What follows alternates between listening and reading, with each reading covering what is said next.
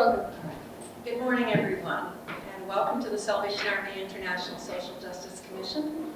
My name is Colonel Dr. Wendy Swan, and I am one of the 2 directors of the Justice Commission, which is located here in New York, proximity to the UN.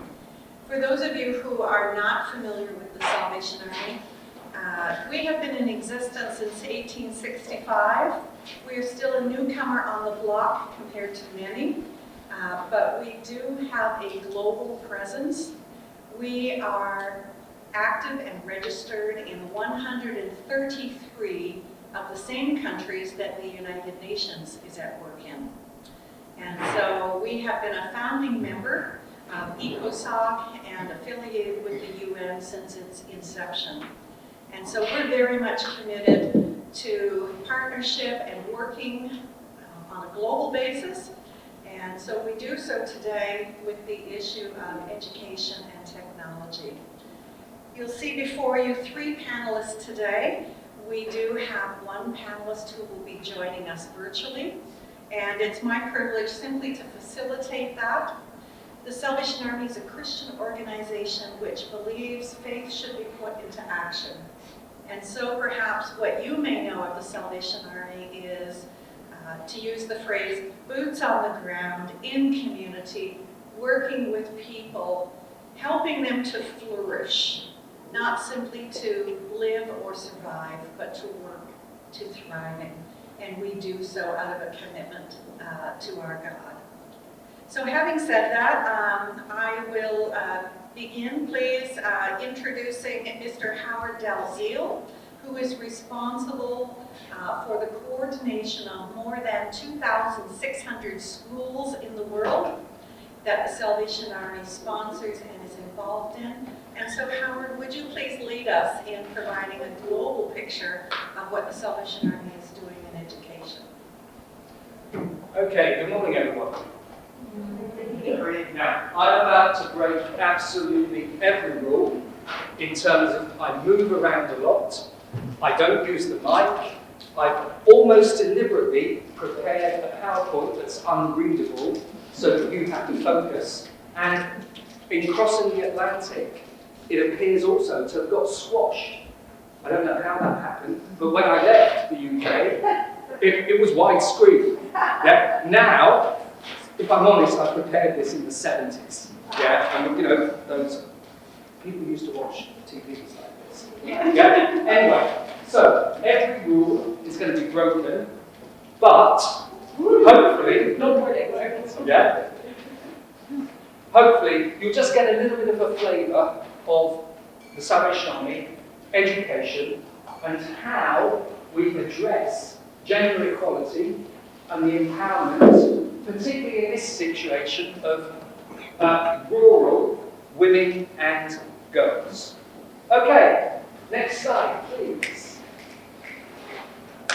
Okay, these are just some statistics. And I think it's really important to remember, and this is the thing about education, these are fluid statistics. Yeah? Because if any of you went to school, you will find out that you left. Yeah? So every year, I mean, I've been doing this specific job for 10 years. And if we look at this as like 10 year groups, across those 10 year groups, if we've got, let's see if we can do maths. Maths. Yeah? If we've got 549,432 students who today walked through the gates of a Salvation Army school, at different points in the year, sometimes it's December, sometimes it's September, sometimes it's the middle of the year. If we've got 10 year groups, roughly how many of those will leave each year? This is a test to see if you understand it. Yeah? How many people leave each year? But yeah, if we divide it equally. See, the smart people come to the bottom. No offense to the Salvation Army. Yeah? Yeah? Okay? They've had a lifetime of sitting as far back as they can. Right, so every year it's fluid. So 50,000 leave, 50,000 come in. So I've been doing this job, this specific job, for 10 years. So I think in that time, we've had about how many children come through our gates? We've just done some division, now it's multiplication. It's bad. Okay, that's your homework. Variable. Is that number, is that annual or is that cumulative? Okay, no, that's this now, today. Now. If you had time, Ah. speaking of time, I've got other slides, haven't I? You have a Yeah. total of 15 minutes. Excellent. So, you can have a look at this. Yeah. Yeah. I think what's significant, also special educational needs schools. And we've got about 5,000 students in special needs schools also. And most of them are in rural areas where the government is not providing special educational needs education. Interestingly enough, and I think this is very positive, at the moment we're on 51% girls, 49% boys. Yeah? As a total. Within special needs, I didn't put it up there because actually that's 55% boys and 45% girls. So there's a job to do there. Next slide, please. Okay, this is our vision statement. We seek to develop compassionate people of integrity and character with the skills, knowledge and understanding to achieve their full God-given potential in the community. I'm a literature teacher and language by profession. Yeah? Give me 3 key words from that statement. Compassion, integrity. Yeah. Knowledge. Potential. Yeah. Well, I've got somebody who helped design, actually Doug helped design this. Yeah? And so actually we've done it so everyone should have an impact. But these things, potential. Yeah? Relevant skills. Now that is really important with girls' education. Something that really encouraged me, I work with thousands of people around the globe, and I sent out an email, badly written probably, saying, I'm going to do this talk, can you let me know what you're doing to promote girls' education? Now generally, there's always the same people who are very keen, I think it's probably you, yeah? Who always answer first. In this instance, I got a whole series of replies from people who usually take a week or so to reply, because they're very busy. But I got my replies almost instantly. And I got all these replies about what these different countries are doing to promote girls' education. I'm not saying we've solved it at all, but what I'm saying is, from our perspective, with this vision statement, it's high profile. Yeah? And we're really, really concerned to ensure that girls can access education. So I was so encouraged because I was thinking, oh, you know, because I send these emails out like the day before I'm supposed to do everything. Yeah, no. Anyway, next slide. I think we've said all that. Let's move on. Okay, rationale. And I think what we're going to look at here, particularly, is number 4. Yeah? So, one of the Dutch, we've got some people from Holland who came all the way to see this, which actually makes you feel pretty good. Yeah? Okay? Can one of the Dutch girls read out number 4? To utilize our footprint that enables us to provide education for the most vulnerable and marginalized. Yeah? And that's it. Yeah? And that's the aim. And everybody who is connected to Salvation Army education should be aware of this and working towards this. Next slide, please. There's other really good stuff on there that you can read at your own leisure, hopefully. Okay. If we have a look here, it's very important, the child protection element. Yeah? You've got to make it, the environment, so that a girl wants to be at school, feels safe at school. So, number 1, have we got, now, where are you from? Next. ¿Es posible leer ese? ¿Para mí? ¿Sí? ¿Todos juntos? No, solamente, I'm just showing that I can read a menu. Which one was it I wanted you to read? The first one. The first one. El primo, because I can't do either. Yeah? that is a safe and protects the physical, emotional, psychosocial, and spiritual well-being of all the children and youth. And it says all children. And again, yeah, that is so important. And the second one, please. Yeah, we're showing how international you are. I know you live in the States, you're from Barbados already. Can you read the second one, or like me, do you have issues with the policies? That is inclusive and equitable. Okay, inclusive and equitable. Again, there's really good stuff on here we haven't got time to go through. Next slide. Okay, Doug. Yeah, you were the brains behind most of this. Yeah. So, if we have a look at this, these are our 6 key goals. So, when we're working with education, every territory is aware these are our strategic goals. Whoa. Oh, that's good. Yeah? And if we have a look at goal 2, it's actually very similar. It's kind of the word. Marginalized and vulnerable children and youth are provided access to quality education. Educational environments are inclusive and equitable. Okay? Now, goal 5, and we're going to talk about this maybe a little bit later. Communities participate in the education of children and youth. Within the Salvation Army world, I very rarely go into a community and people say, we don't want to educate our girls. What we find is there are often economic reasons. There are challenges within the family. And when a choice is made, unfortunately, sometimes it is the girl who has to be held back. And it's not like the head of the house is saying, you're not of value, you can't be educated. It's, we don't have the economic wherewithal to educate everybody. So in some instances, it's the youngest. In many instances, it's the youngest girl.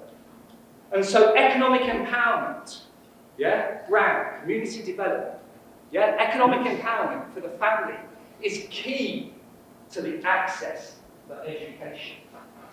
Okay, was this the slide I was talking about? Oh, it's bigger. I got confused.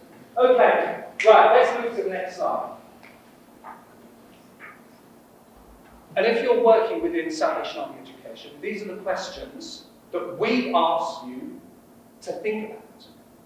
Yeah? Who do we provide education for? How do they access it?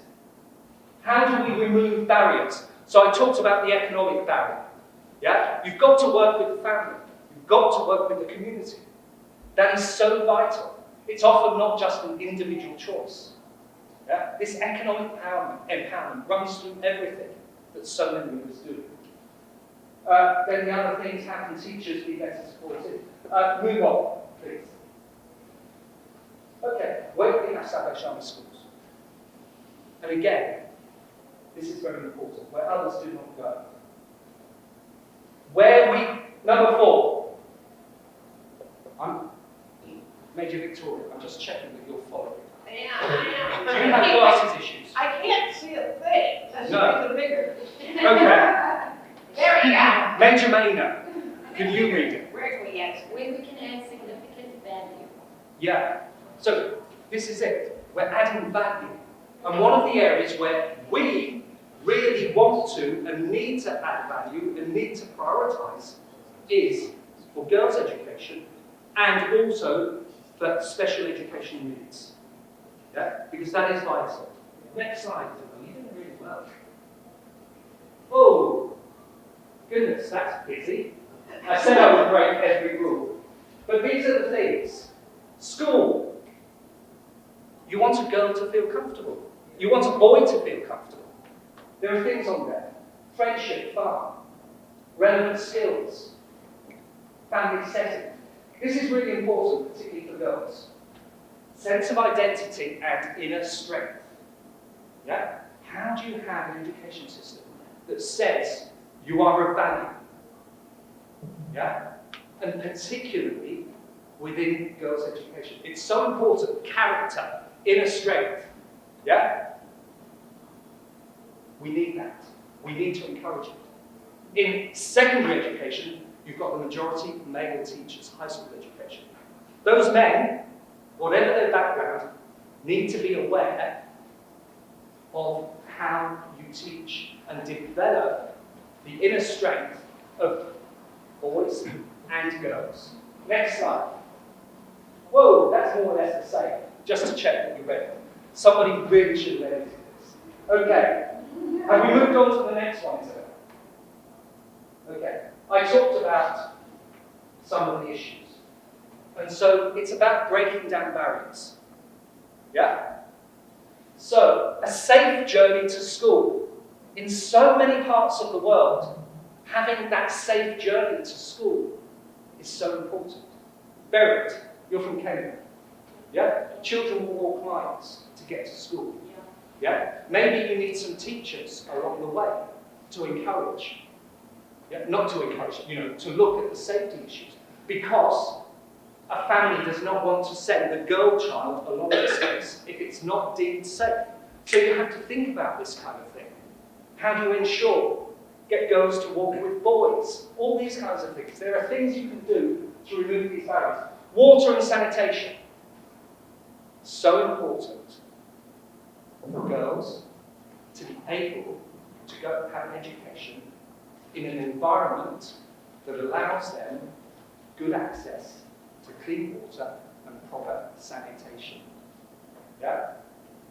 It's so important that a girl, when she's menstruating, is able to be in school and feel comfortable.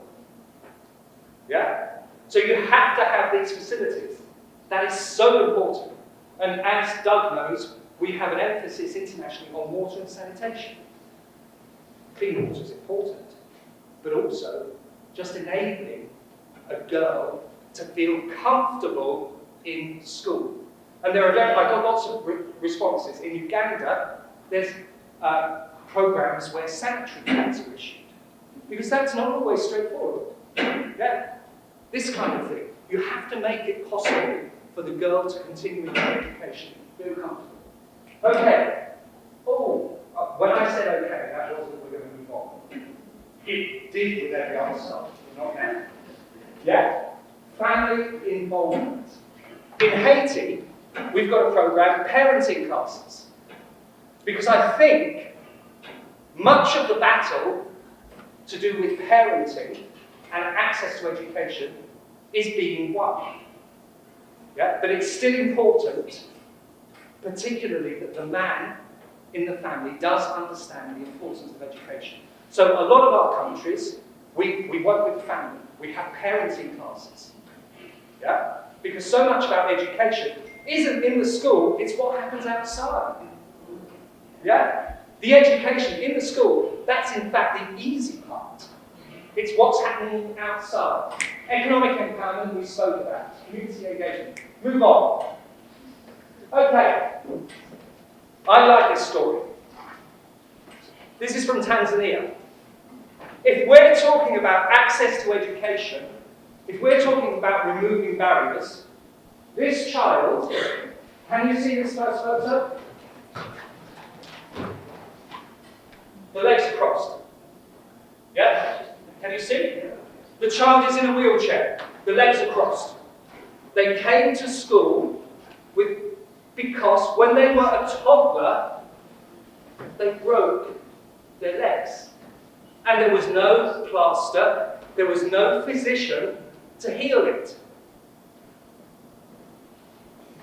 I'm not asking for money, but you give us $500 and we can straighten the legs. The child comes into school in a wheelchair, graduates on foot. And it's simple.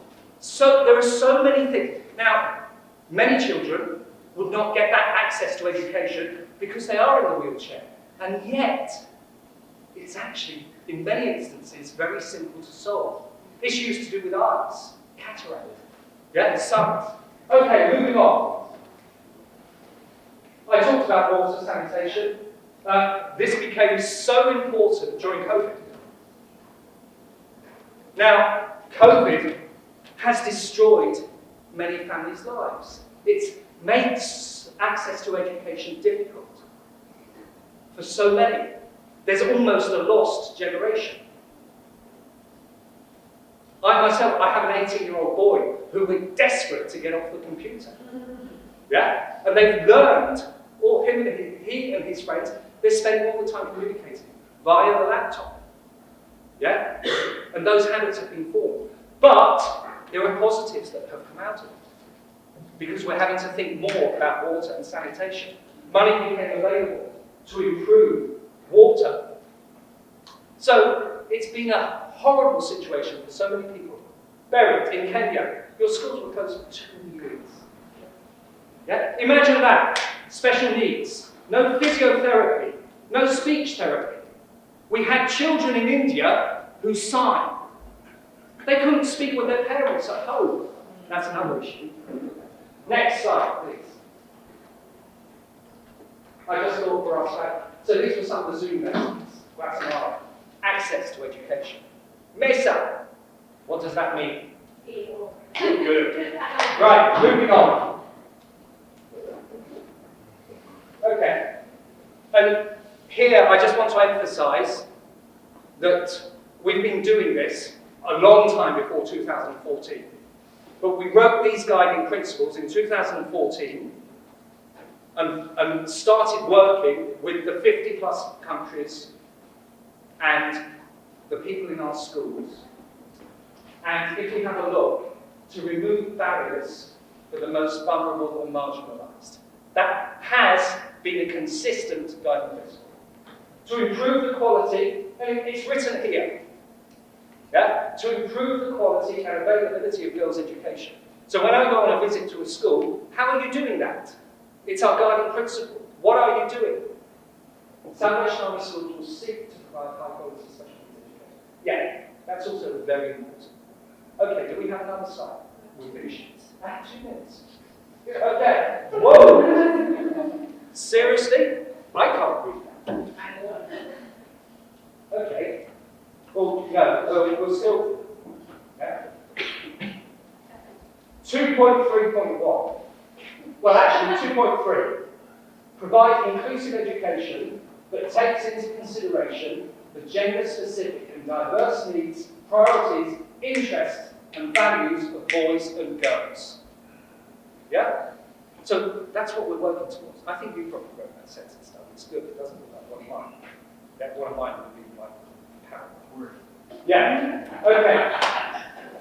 Then, 2.3.1, teachers and teacher educators help to identify differential barriers for girls and boys to access quality education. Yeah, what are you doing? Not you, but what are we doing?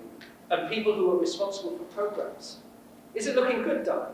Now you see it on screen. Yeah, no, we work with this all the time. We're communicating. Yeah? Doug works with a number of programs internationally, in Haiti, in Indonesia, working on these things. Yeah? Okay. 2.3.2, because it wasn't enough with just 2.3 and 2.3.1, because we have to emphasize it. 2.3.2, develop a comprehensive resource that guides teachers and teacher educators in mainstreaming practices that make learning equally accessible and successful to both boys and girls. Includes guidance in decision-making, planning, design, delivery of education programs, and monitoring and evaluation. But when you're doing all those things, yeah, what are you doing to make sure? So what I'm saying is it's about continually asking the questions and thinking, is this what we're doing? There's a lot more that we can all do, but from our perspective as an organisation, yeah, we're about trying to improve the situation to enable access and to enable equality and to value everybody, whether they're girls, boys, whether they have additional needs or not. I'm never sure how religious a group this is. Yeah? Last slide. Is it the last slide? Yeah? Ineffective schools do not glorify God. Effective schools can and salvation schools should.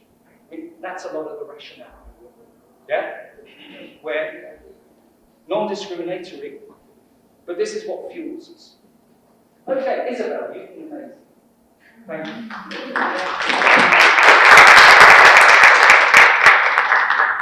you very much to Howard for that comprehensive view of some of what the Salvation Army is involved in on a global level. We're now going to move from an office based in London to Chieftainess, Her Royal Highness Chieftainess Mweemba, from the Kingdom of Chikankata in the country of Zambia, country close to my heart, where I lived for many years. But we're looking to hear from the Chieftainess to speak to us directly about the COVID impact on female students. And so I believe this will be directly behind us. I am Chieftainess Mweemba of the Bansanje Chiefdom of Mweemba. My chiefdom is in southern province of Zambia, Masabuga district. Now it is called Chikankata district because it is amongst the first districts in Zambia.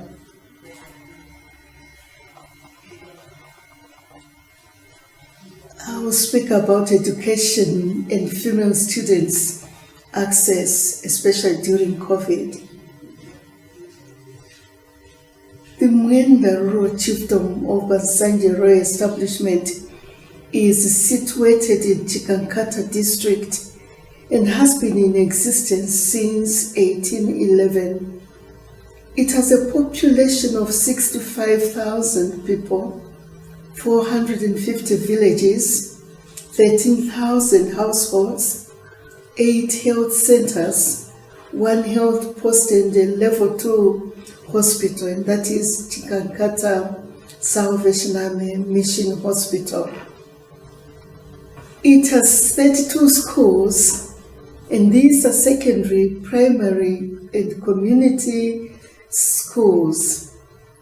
The chiefdom lies on the verge of Great Zambezi Valley, making it hilly and hard to reach due to poor road infrastructure.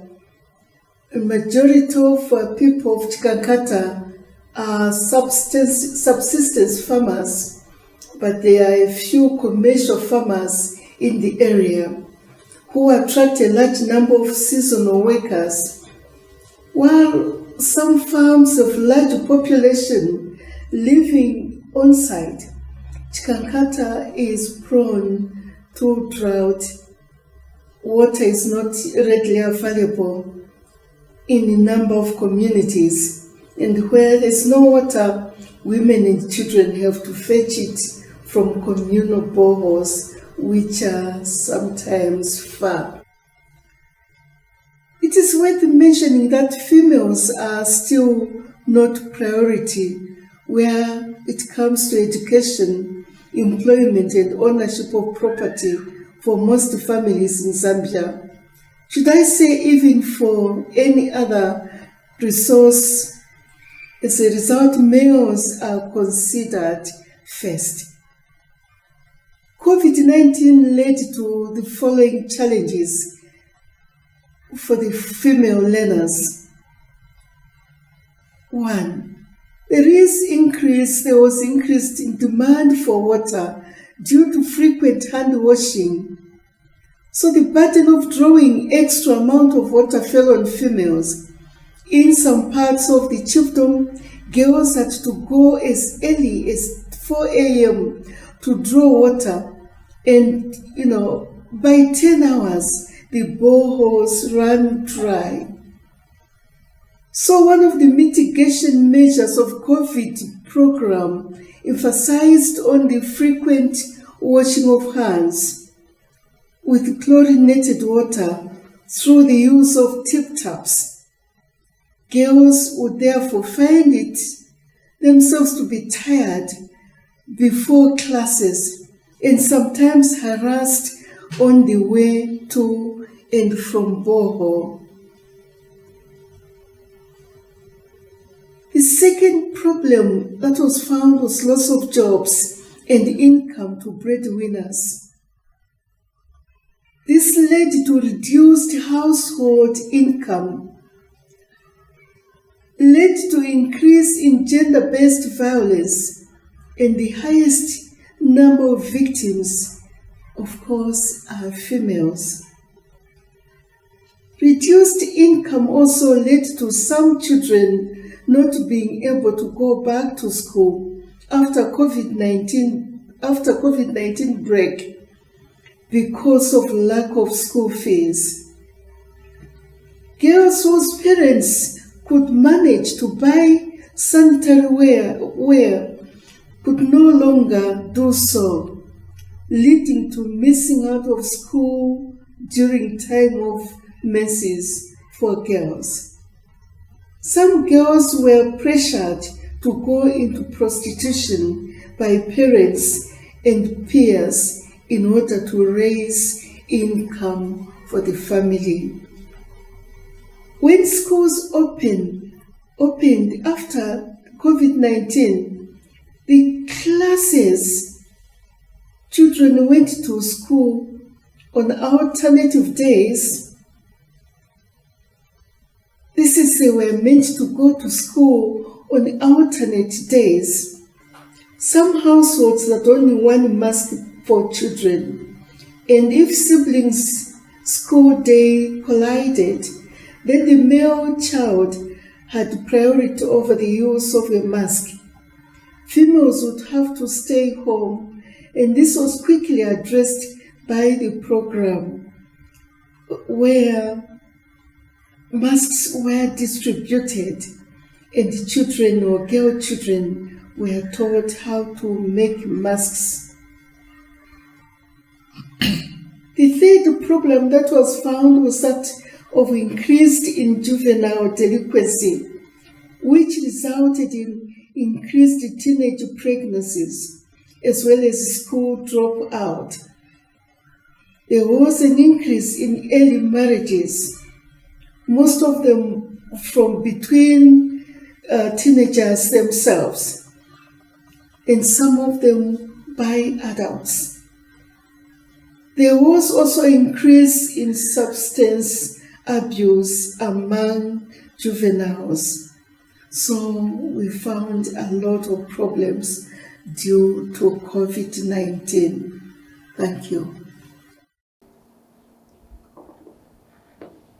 We heard initially from Howard on a global view, and now we've heard directly from Her Royal Highness of the practical challenges accompanying education within a COVID pandemic, and the reality and impact particularly on the lives of young girls and women. When you hear stories of what is actually happening, it somehow takes the theory and the scope of what we hope to do into a very real situation in people's faces and names and communities. And while we would have loved to have had Her Royal Highness here, the visas just simply were not available. But we do thank her deeply for her time and commitment to her kingdom and as a member of the Salvation Army globally. We now turn our attention, Dr. Elsa Tsang, who has a doctorate in education from Sheffield University, but is a special education needs specialist, particularly in the Pearl River Delta. And so, Elsa, over to you. Thank you for sharing. Thank you. So, can you hear me clearly? So this is the line that I always use. Hello? This is the line that I always use when I was teaching online. Can you hear me? Can you hear me clearly? Because of the connection. Good morning, everyone. Thank you for coming, and it is my pleasure to share my observation in some more developed regions like Hong Kong and Macau regarding the digital divide among children with special educational needs. So, question. Do you remember when you were kids, you played some role-playing game to pretend to be a teacher and you and your friends to be students? Anyone play that game before? See. When we play that game, we pretended to be a teacher. We stand in front of a blackboard using a pen or a chalk But nowadays, children play that kind of game totally in a different way.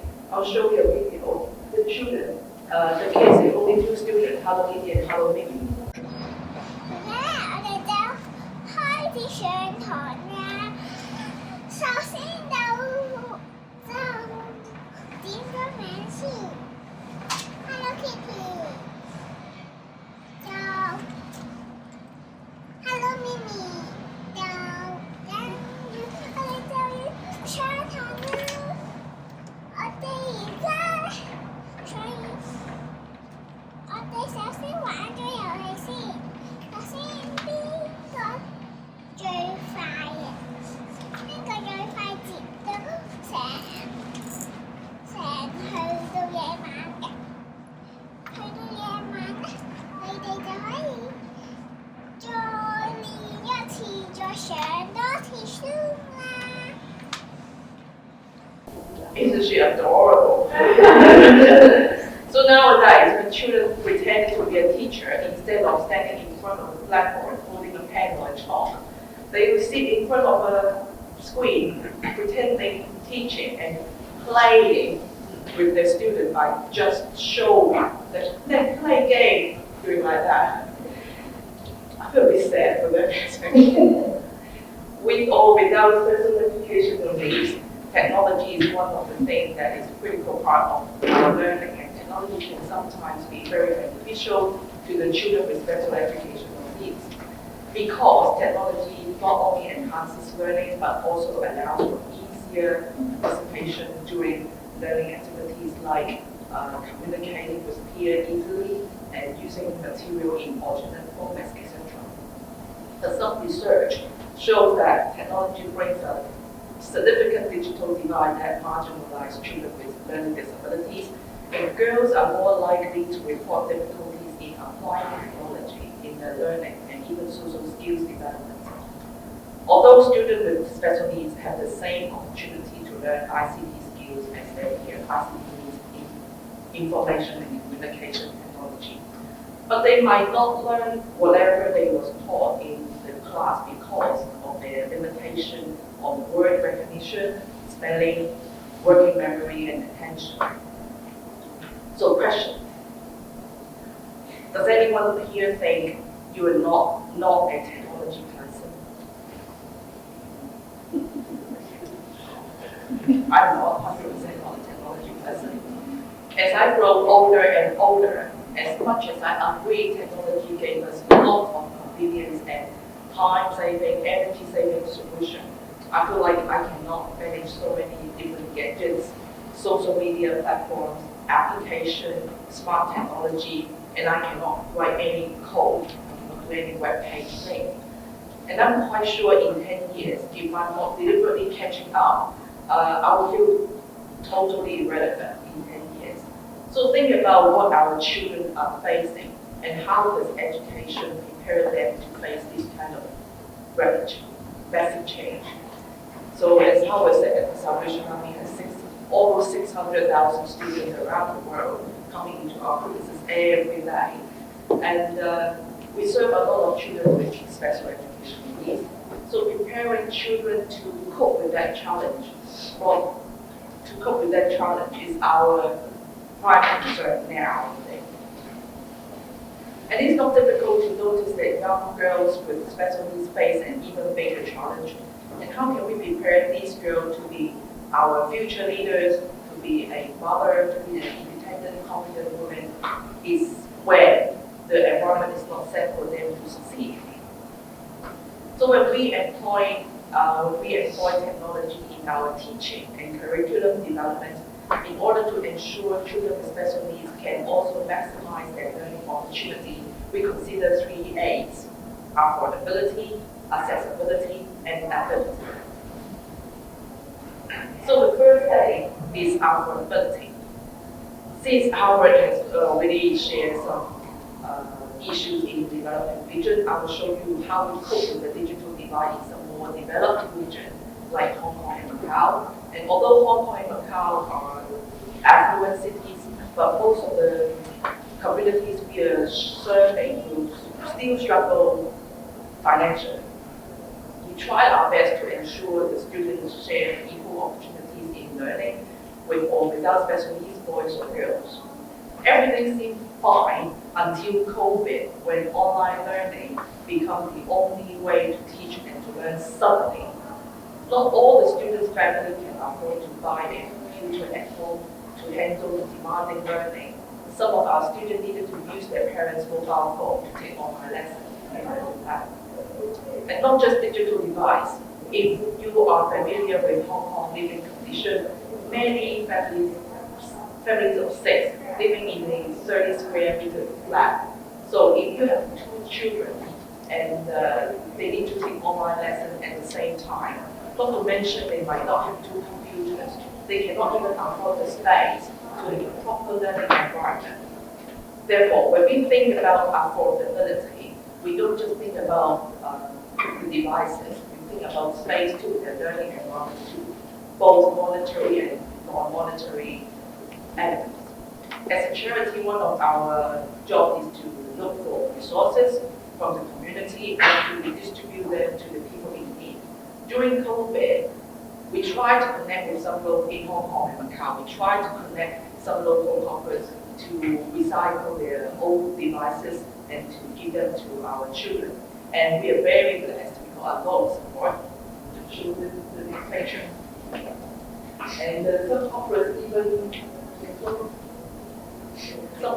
even gave us a lot of iPads for children with special needs because they cannot manage the mouse. They can only write with their fingers. And the next picture is the picture that we were fixing and trying to download all the apps for the students. The second A we talk about is accessibility, which is different from affordability.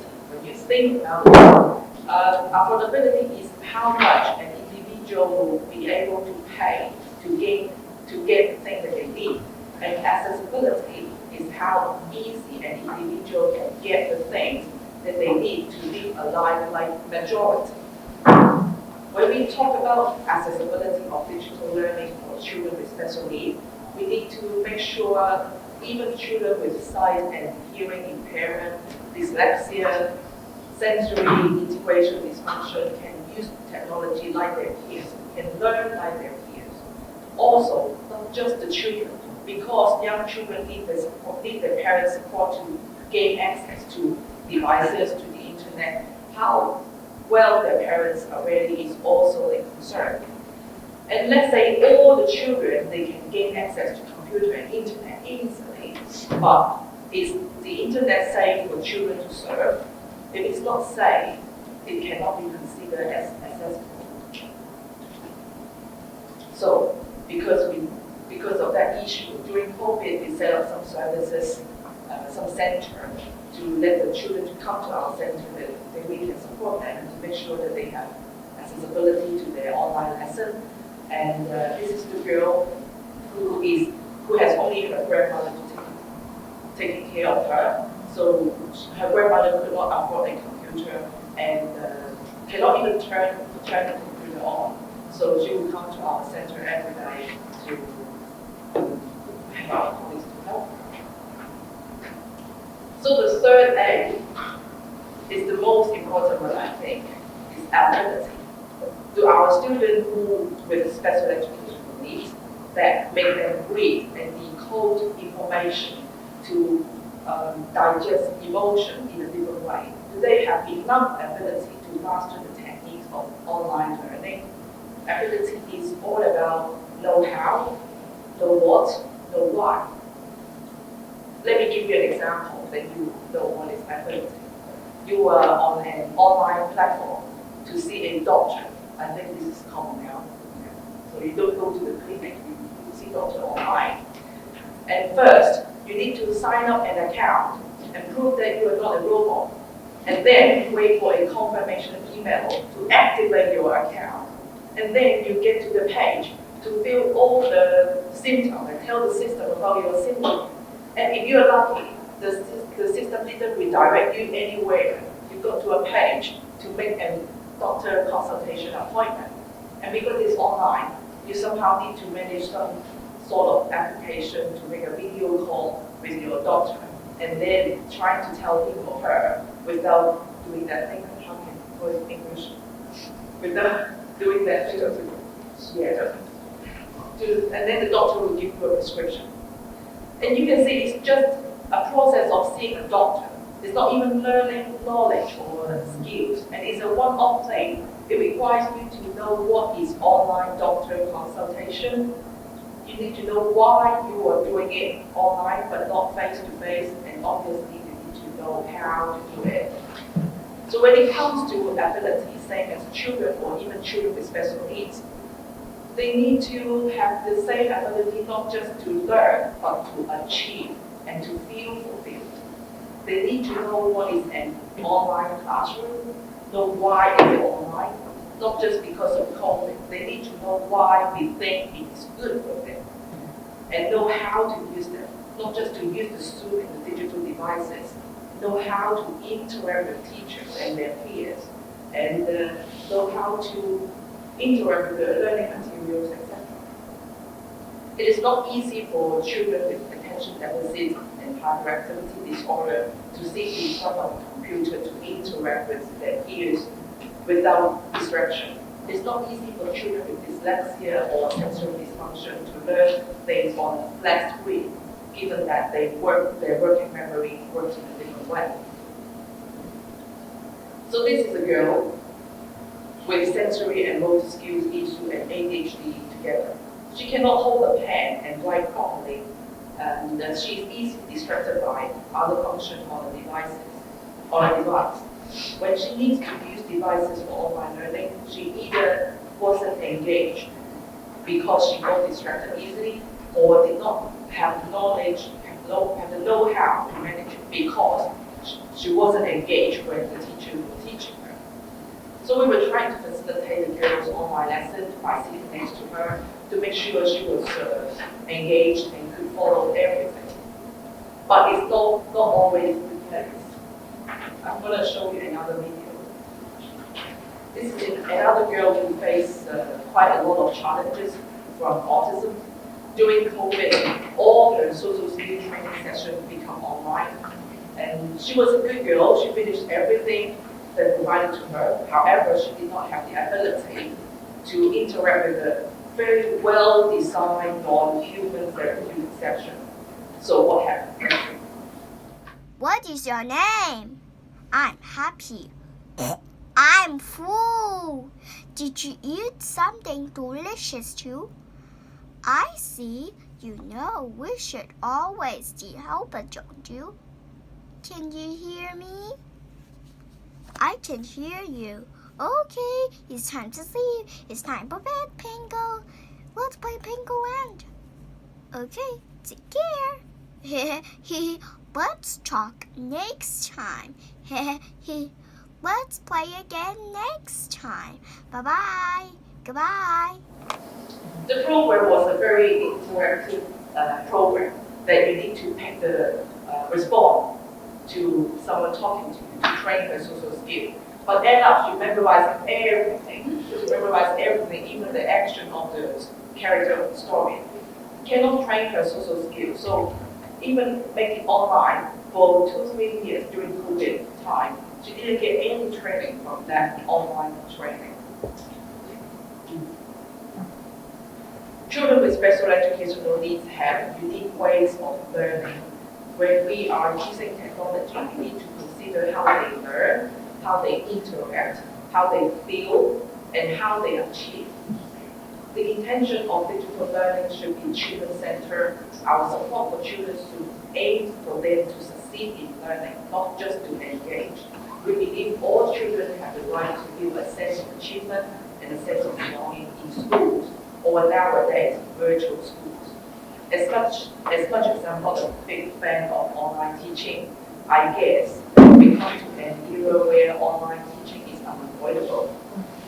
Hopefully, more research and development can be done in that area so that we can somehow improve the online learning experience in the future. Thank you for listening.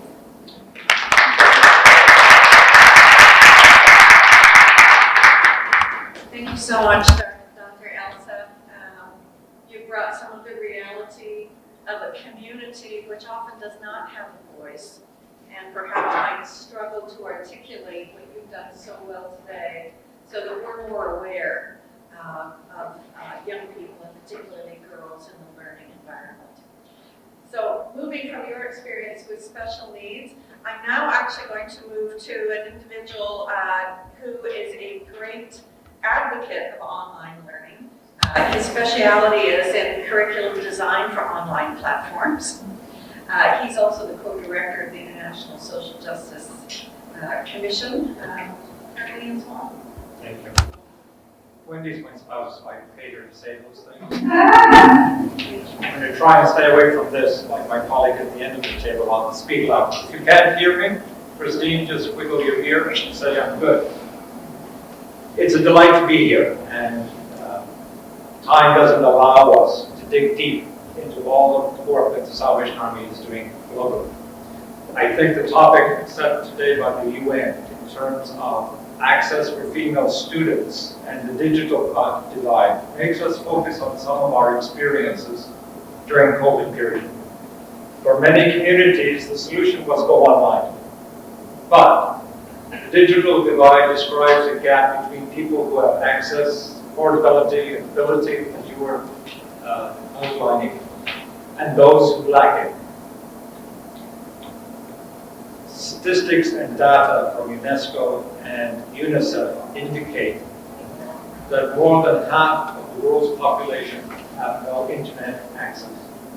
So in this morning's chat, a show of hands showed that all of us have access to a phone, a laptop, a tablet, a desktop computer. That's not the reality of more than half of the population of the globe. I'm going to give signals. Are we right? Next one? Good. In 2021, 62% of the global male population was using the internet, compared with 57% of the female population. Now, this statistic is taken from international technologies, translation, mobile phone providers, basically saying that in the last decade, the gap between female and male use of mobile phone, cell phone, whatever you call it in your content, has narrowed. Previously, it was a domain for male businessmen, the BlackBerry. That was one of the classics. Now, with all the Androids and knockoffs, everyone has them. Africa, for instance, has jumped the land phone. The cost of putting in a land phone to an isolated village is horrific. But I could purchase a mobile phone in the market quite reasonably, second-hand, third-hand. I may not be able to pay for a monthly provision, but I can buy minutes or hours, and so I can have access to it when and if I need it. The gap between male and female has narrowed, but again, remember, more than half of the globe cannot access a Wi-Fi provider. So we're talking over 3 billion individuals. The solution that seemed evident with COVID is go to the online. Now, online learning, or distance learning as it's known, has been with us for a long time. One of the longest providers is mainland China. They were very specific in providing satellites and access regardless of the remoteness of a village, so they were hearing direct messages from Beijing. That network was then utilized by education networks to get the message out. Basic reading and writing, and did you say maths? Arithmetic, I think. Yes. So, looking to China for its distance education program is a foundational study. It has been taken up across the globe. And interesting enough, the real emphasis came from primary schools. The smart boards that you may be using now in your strategic planning sessions were developed for 5-year-olds because of the visions. Let's draw a picture. It suddenly becomes animated. It becomes videotaped and active. It took us a while at secondary schools and universities to realize, people learn through various ports. What you hear, what you see, what you write, what is reinforced, what you reflect on, then articulate, and give the message to others. Next time you use a smartboard, remember there was a 5-year-old using it before you thought it. I remember coming back from an overseas assignment and trying to understand the Mac, and the 3-year-old was watching me. Very patient. So finally she said, let me do it for you. Could you hold on? You know, as an adult, we seem to have an inherited fear. If it's online, it might blow up. No, it won't. Again, remember, only half of the world can even begin to make that journey. A significant gap exists between Northern Hemisphere and Southern Hemisphere users. So I do also need to remember that there is a significant gap between urban and rural. And I'd like you to focus your attention on inner city. Often these ghettos are as desperate as a rural setting somewhere else in the Southern Hemisphere. I think Dr. Elsa, you spoke to some plans that recycle computers, give them to under-income families so that they can begin to get access. COVID pandemic drew attention to the gaps of online and distance learning. I use distance learning in its academic definition.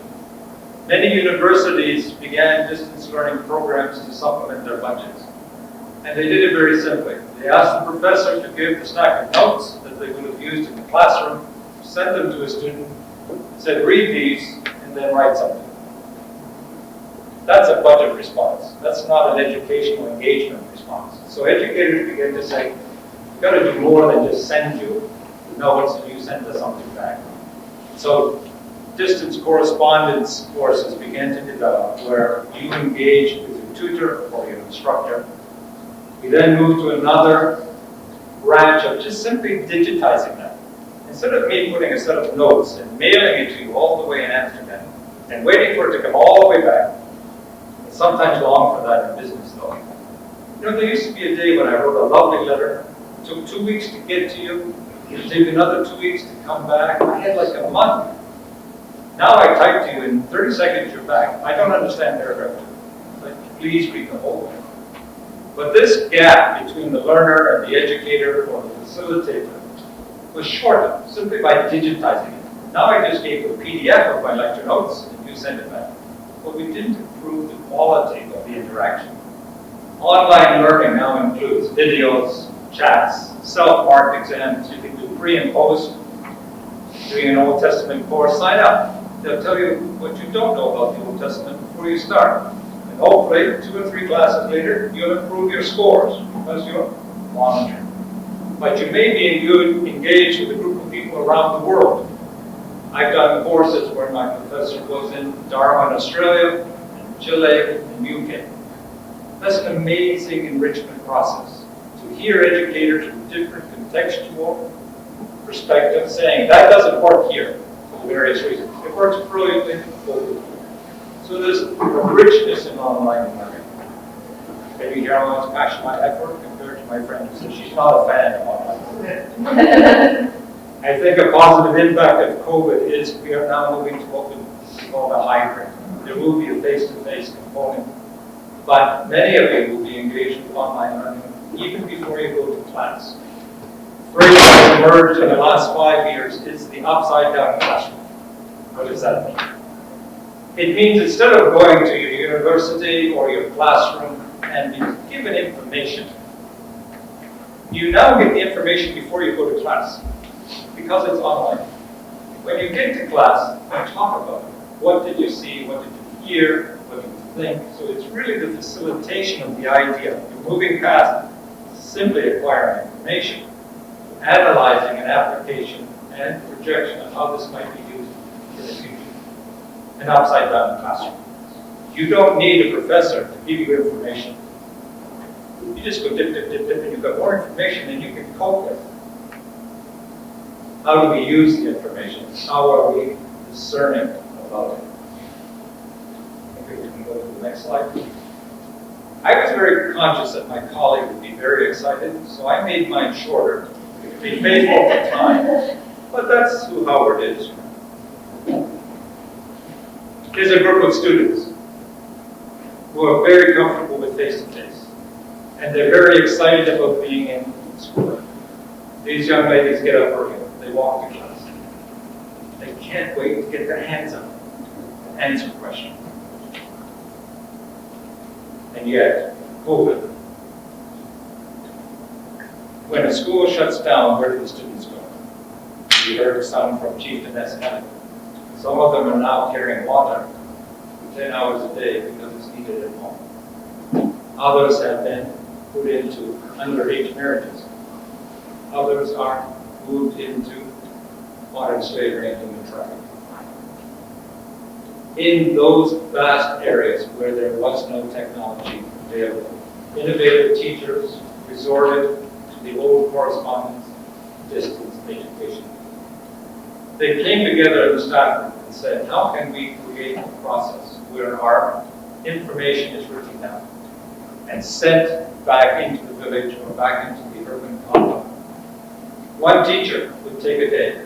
One parent from the PTA would go and collect them, distribute it to students who would try then to answer those questions, send back, and mark the next day.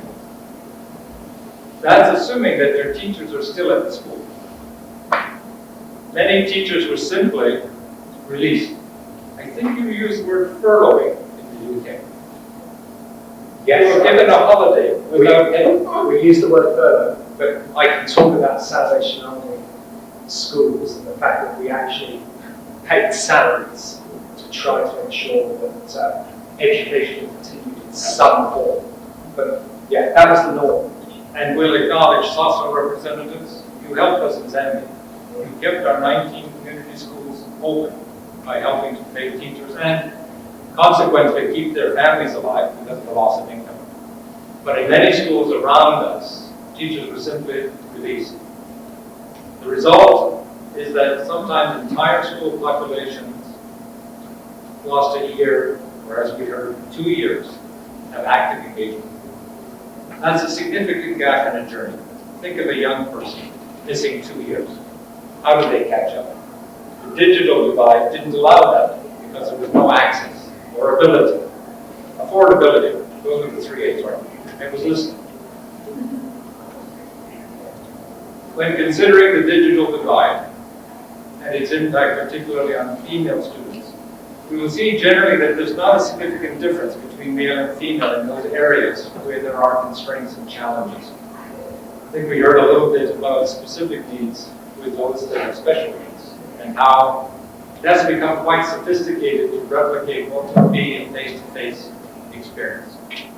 When considering the digital divide, we need to celebrate that significant access has been achieved more than ever before this last decade, and COVID has made us aware that we are able to speak around the world.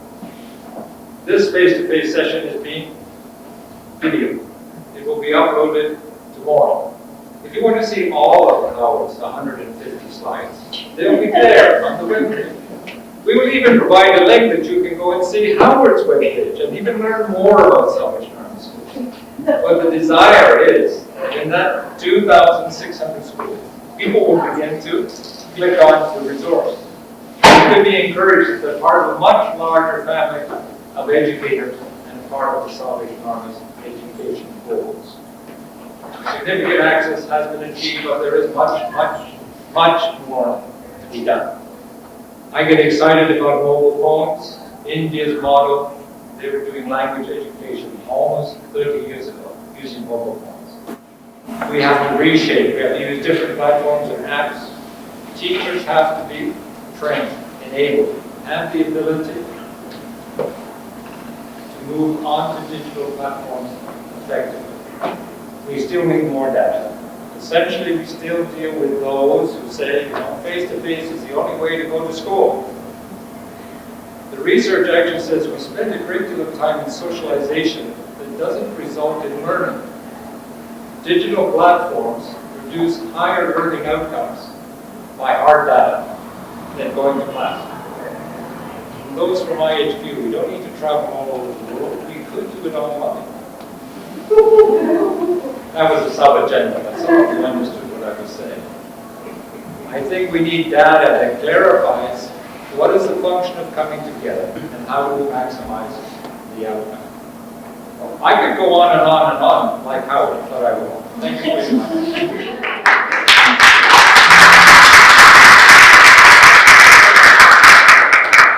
I'd like to thank each of the panelists, including Her Royal Highness, for the various perspectives that they brought.